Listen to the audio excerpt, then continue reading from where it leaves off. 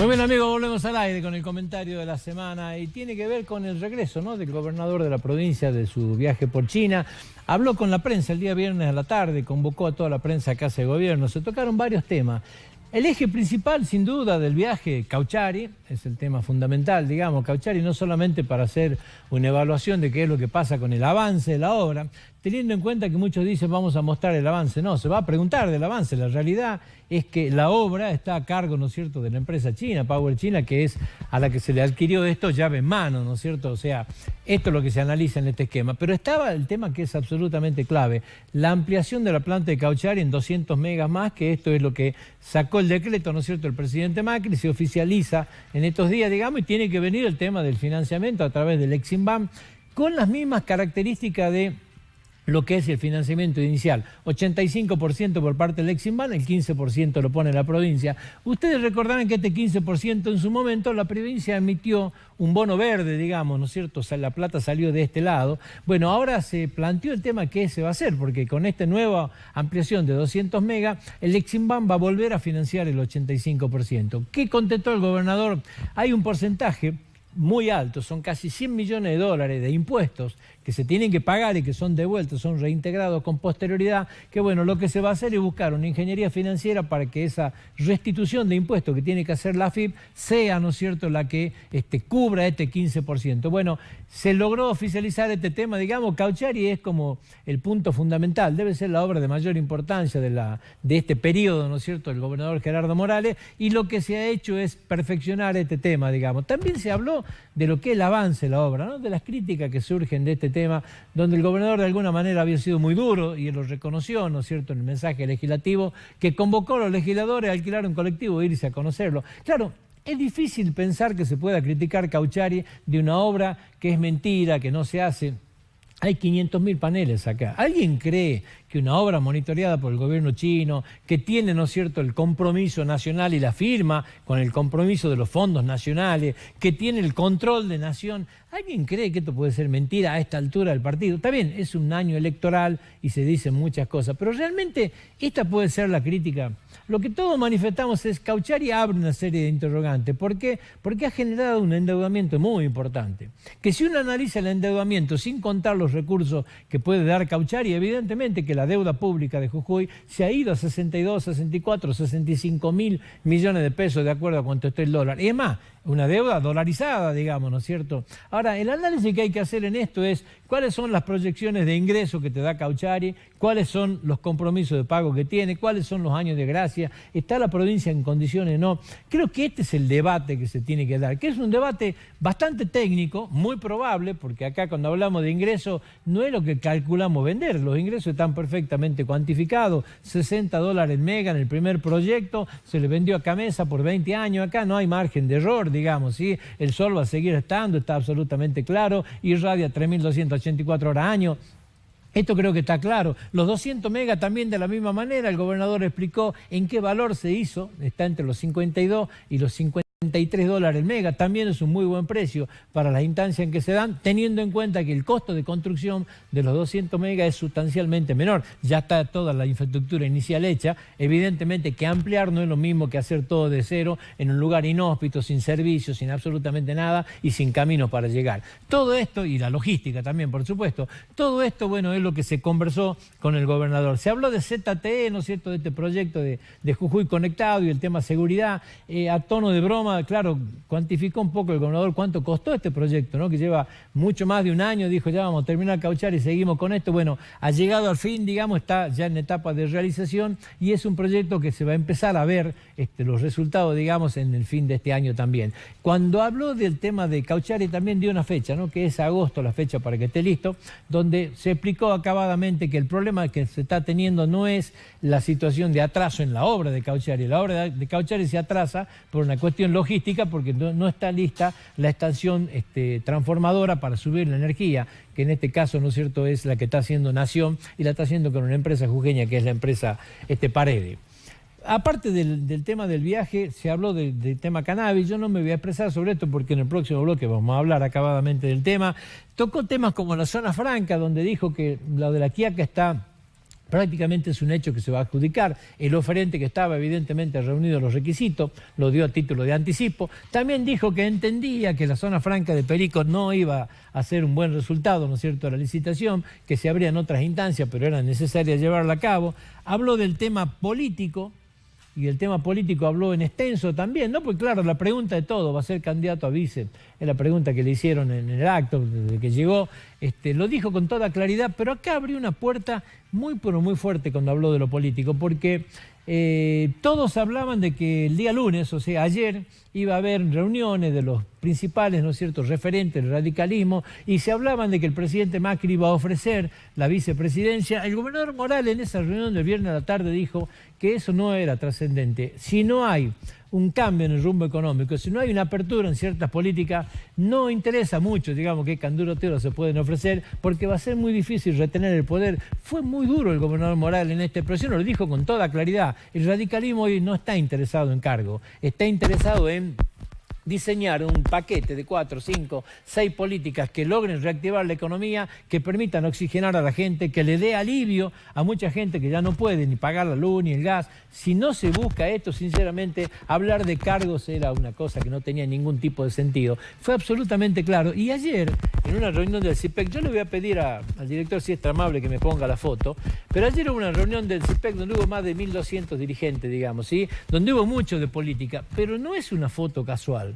O sea, que el gobernador Morales con su señora esté sentado en la misma mesa, que Pichetto al lado y que Roberto Labaña, no es una foto casual, máxime teniendo en cuenta, Roberto Labaña fue compañero de fórmula en algún momento, ¿no es cierto?, de Gerardo Morales, ustedes recordarán. Entonces, no es un tema de casualidad que estén sentados en la misma mesa, fue un hecho político de relevancia, se dio en el día de ayer. Mucha trascendencia respecto de esto, la política ha empezado a jugar fuertemente, ¿no es cierto?, en Argentina, y las definiciones que dio el gobernador son muy claras en este tema. La República Argentina tiene que empezar a modificar desde lo económico algunas propuestas que se le hacen a la gente. Dicen que el presidente Macri antes del viernes va a hacer algunos anuncios que tienen que ver con morigerar la economía, con dar mayor crédito a través del ANSES, de Procrear, con las entidades empresarias, congelamiento de algunos precios de la canasta básica por 6 meses. Bueno, va a haber un paquete de anuncios, ¿no es cierto?, que tiende a esto que estaban planteando desde el radicalismo. Si no, es muy difícil que haya, digamos, una continuidad de gobierno en el margen de lo que está haciendo. Fue una definición bastante clara. La política en Jujuy también empezó a marcar, ¿no es cierto?, a caminar. Hoy es el día que vencen los plazos para las presentaciones de los frentes. Estuvimos chequeando en horas del mediodía, a las 12, había 3 frentes que se habían presentado: el Frente Justicialista, que está el PJ, Colina y Proyecto Sur, el Frente de Izquierda, Partido Obrero y Izquierda de los Trabajadores, y estaba el Frente por la Unidad Ciudadana que está el Partido de la Diversidad Comunista y la Alternativa. Así que hasta en horas de las 12 del mediodía eran los 3 frentes que se habían presentado. Ayer hubo lanzamiento de algunas candidaturas. El PJ ya tiene 3 precandidatos, ¿no es cierto?, a gobernador de la provincia: Guillermo Eugenio Snope, José Luis Martelena, y el primero que había salido, ¿no es cierto?, que era Adrián Mendieta. Si usted me pretende que yo en esta columna le explique a usted cómo va a ser esto, le digo con toda sinceridad, ni el propio justicialismo lo puede explicar. No va a haber interna porque iban a ser el 14, se suspendieron. Es difícil de entender, digamos, cómo va a ser el acuerdo de esto. Hay que analizar el tema de los frentes, pero a su vez, con los frentes como estén presentados hasta el 24 de abril, que no se cierre la lista de candidatos, creo que nadie tiene la bola de cristal para anticiparle nada. La realidad es que Guillermo Snope se plantó, ¿no es cierto?, fuerte. Es un candidato que da la sensación que va a estar en el ruedo, digamos, dentro del PJ, fuera del PJ, no le podemos decir, pero creemos que con toda seguridad Guillermo Snope va a ser un candidato. José Luis Martelena aparece como aparece siempre, no se termina de descifrar, porque en su momento había hablado que iba a ser candidato a intendente, hoy dice que va a ser candidato a gobernador. Bueno, hay que ver qué es lo que pasa. Y Adrián Mendieta, que lanzó su candidatura, fue aceptado en el PJ, donde también dicen algunos que estaría negociando con Guillermito Snope, por ejemplo, una candidatura a vicegobernador. Bueno, todo esto son elucubraciones, la política ha empezado a andar. Está el posicionamiento, ¿no es cierto?, del gobernador Morales, que dijo que va por la reelección. Aparentemente no hay nada también que se lo hayan dicho con claridad, pero repetirían la fórmula. Todos hablan también de que estaría prácticamente confirmada, ¿no es cierto?, la candidatura de Raúl Chuli Jorge en la capital, por más que no lo hayan dicho todavía. Y Daniel Ferreira, que salió a plantear su candidatura, acompañado por el doctor Casa, ¿no es cierto?, que bueno, va de candidato a gobernador y que es el primero que ha empezado a remover el avispero, digamos, ¿sí? ¿Qué va a pasar con Daniel Ferreira? y creo que es muy temprano para una evaluación de esto. Las redes sociales lo han puesto muy arriba, pero después hay que salir al campo, hay que recorrer la provincia, hay que tener recursos para hacerlo, hay que tener estructura. Entró en el marco, ¿no es cierto?, de un grupo político incipiente, nuevo, que creo que va a ayudar fuerte. Es una sorpresa porque evidentemente puede ser la persona que capte muchos de los descontentos, muchos votos que han ido a la izquierda hace 2 años para querer, no sé, castigar la política, digamos, pueden venir para acá.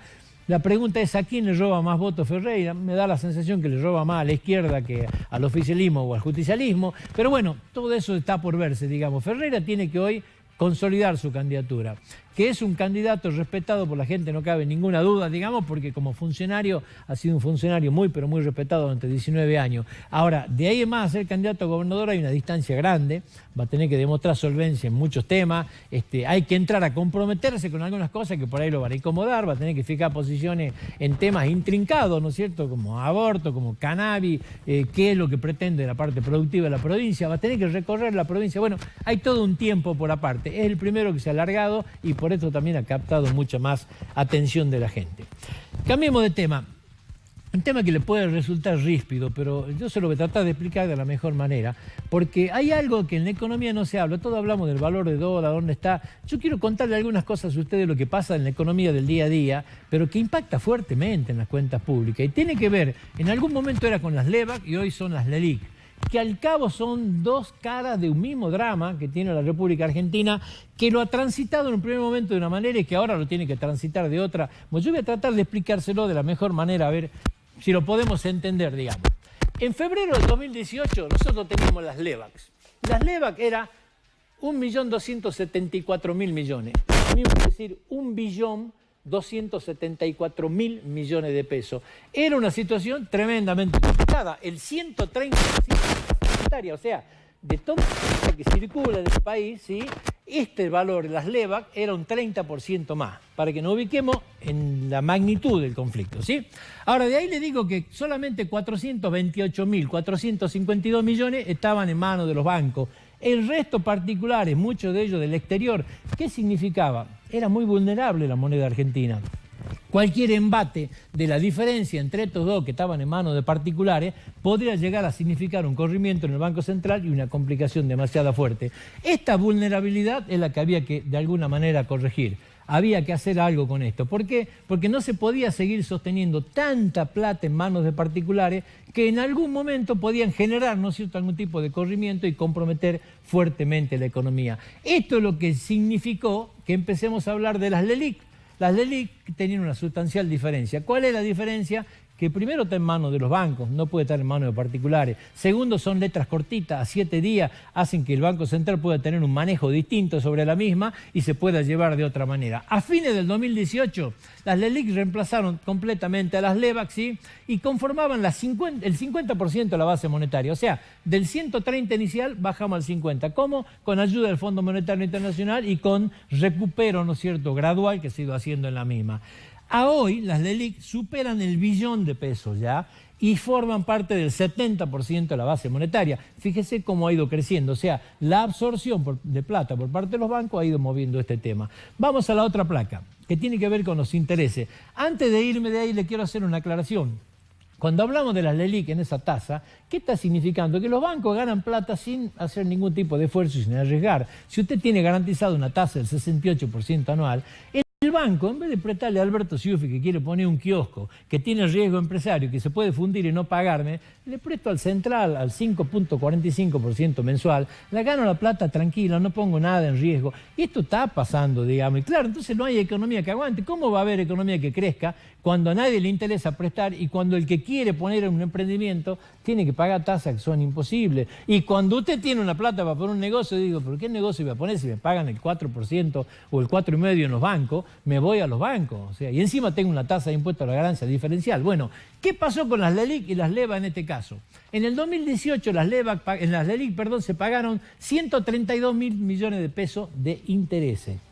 En el 2019, en el primer trimestre, enero, febrero y marzo, se pagaron de intereses 129.000 millones de pesos. O sea, ya pagamos en el 2019 casi lo mismo de interés que lo que pagamos en todo el 2018 con las LELIQ, ¿sí? Ahora, si proyectamos en el año el stock, nos vamos a dar que al fin de año tenemos que tener 1.516 millones de LELIQ. Esto quiere decir que a una tasa, es el 113% de la base monetaria, a una tasa del 65,6 anual, 5,45 anual, si usted la aplica sobre esto nos da 83.000 millones de pesos mensuales de interés. Esto sabe que es el 4% del PBI cuando usted lo anuncia. Entonces, cuando el Fondo Monetario Internacional nos obligó a hacer un ajuste, ¿se acuerda de cuánto era? De 300.000 millones de pesos. Nos agarramos la cabeza todos, nos tiramos de los pelos, los que tienen pelo, digamos, se tiraron de los pelos, pero era un ajuste de 300.000 millones. Acá estamos haciendo un ajuste obligado por el interés que pagamos de 83.000 millones de pesos por mes.